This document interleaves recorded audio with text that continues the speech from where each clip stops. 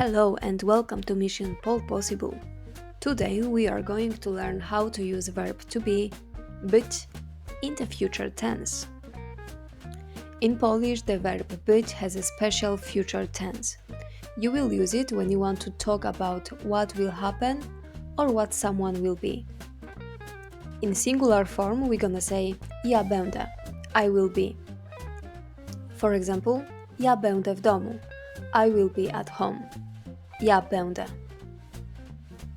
Ty będziesz. You will be. Będziesz zmęczony. You will be tired. Będziesz zmęczony. He, she, it will be. On, ona, ono będzie. Ona będzie fryzjerką. She will be hairdresser. Ona będzie fryzjerką. In plural form we're gonna say we will be. My będziemy. My będziemy. My będziemy w kinie. Będziemy w kinie. We will be at the cinema.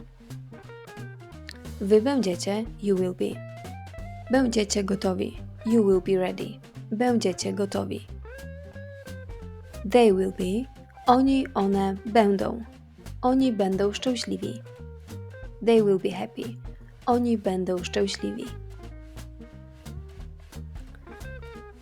Tomorrow I will be at school. Jutro będę w szkole. Jutro będę w szkole. Will you be at the party? Czy będziesz na imprezie? Czy będziesz na imprezie? They will be very surprised. Oni będą bardzo zaskoczeni. Oni będą bardzo zaskoczeni. Or for feminine we can say one będą bardzo zaskoczone. One będą bardzo zaskoczone. And now, quiz for you. As usually, I would like to ask you to put your answers in the comments below.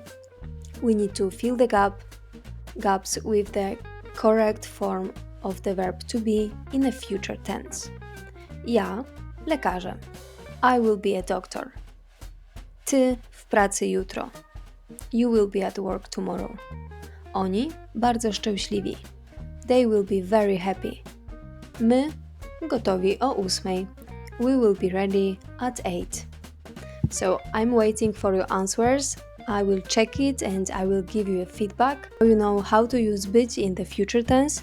If you enjoyed this lesson, leave a like, subscribe to Mission Pole Possible, and remember, Polish is Pole Possible. Thank you for today and see you soon. Bye.